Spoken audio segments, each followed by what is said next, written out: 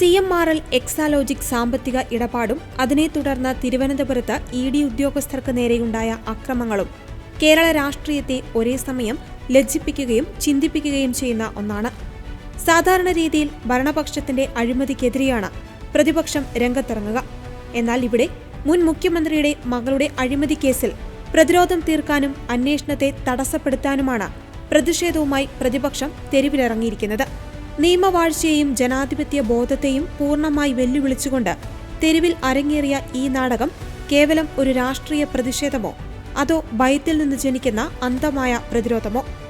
നമ്മൾ ഒരുമിച്ച് നേരിടും എന്ന പിണറായി വിജയന്റെ രാഷ്ട്രീയ പ്രതിരോധം വ്യക്തിപരമായ ഒരു ബിസിനസ് ഇടപാട് കേസിൽ ഉയർത്തുന്നത് എന്തിനാണ്?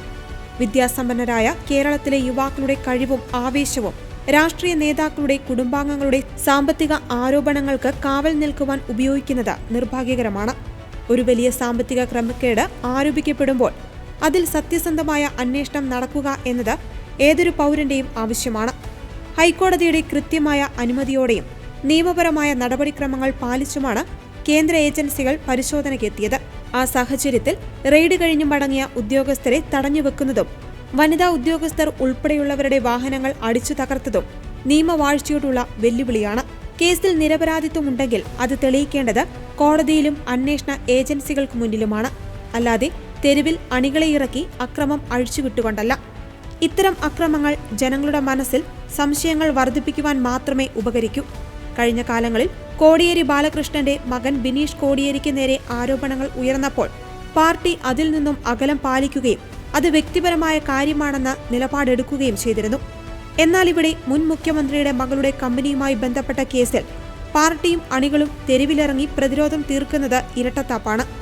ഇതൊരു സുതാര്യമായ ബിസിനസ് കരാറാണെങ്കിൽ അത് തെളിയിക്കുന്ന രേഖകൾ പൊതുസമൂഹത്തിന് മുന്നിലോ അന്വേഷണ ഏജൻസികൾക്ക് മുന്നിലോ ഹാജരാക്കേണ്ടിയിരുന്നതിന് പകരം രാഹുൽ ഗാന്ധിയെയോ BJP ഗവൺമെന്റിനെയോ കുറ്റം പറഞ്ഞ് വിഷയം രാഷ്ട്രീയ പ്രേരിതമാക്കാനാണെന്ന് വരുത്തി തീർക്കുവാൻ ശ്രമിക്കുന്നത് ആരാണ്?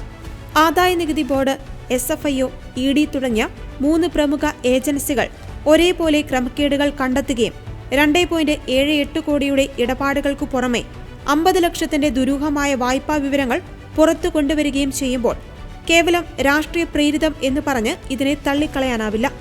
10 വർഷം മുൻപ് കേരളം കണ്ട സമാനമായ അഴിമതി ആരോപണങ്ങളും തെരുവ് യുദ്ധങ്ങളും വീണ്ടും ആവർത്തിക്കുകയാണ്. ഭരണത്തിലിരിക്കുമ്പോൾ ഒരു നിലപാടും പ്രതിപക്ഷത്താകുമ്പോൾ മറ്റൊരു നിലപാടും സ്വീകരിക്കുന്ന രാഷ്ട്രീയ ശൈലി കേരളത്തിലെ ജനങ്ങൾ തിരിച്ചറിയുന്നുണ്ട്. ഉദ്യോഗസ്ഥരെ ആക്രമിക്കുമ്പോൾ പോലീസിന് കാഴ്ചക്കാരായി നിൽക്കേണ്ടി വന്ന സാഹചര്യവും സംസ്ഥാനത്തെ ക്രമസമാധാന തകർച്ചയാണ് വിരൽ ചൂണ്ടുന്നത്.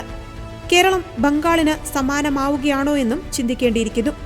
ബംഗാളിലെ കമ്മ്യൂണിസ്റ്റ് പാർട്ടിയുടെ തകർച്ചയ്ക്ക് വഴിവെച്ച പ്രധാന ഘടകങ്ങളിലൊന്ന് ജനങ്ങളിൽ നിന്നുള്ള അകൽച്ചയും അണികളുടെ അന്ധമായ പ്രതിരോധവുമായിരുന്നു. നിയമത്തിനു മുന്നിൽ എല്ലാവരും സമന്മാരാണ്. അത് മുഖ്യമന്ത്രിയുടെ മകളായാലും സാധാരണക്കാരായാലും ബാധകമാണ്. അക്രമങ്ങളിലൂടെയും അണികളുടെ ബലപ്രയോഗത്തിലൂടെയും അന്വേഷണത്തെ അട്ടിമറിക്കുവാൻ ശ്രമിക്കുന്നത് കേരളത്തിന്റെ രാഷ്ട്രീയ പ്രബുദ്ധത കേൾക്കുന്ന വലിയൊരു ആഘാതമാണ്. ഈ കേസിൽ കൃത്യവും സുതാര്യവുമായ അന്വേഷണം നടക്കുകയും കുറ്റക്കാർ ആരായാലും അവർ നിയമത്തിനു മുന്നിൽ ശിക്ഷിക്കപ്പെടുകയും വേണം.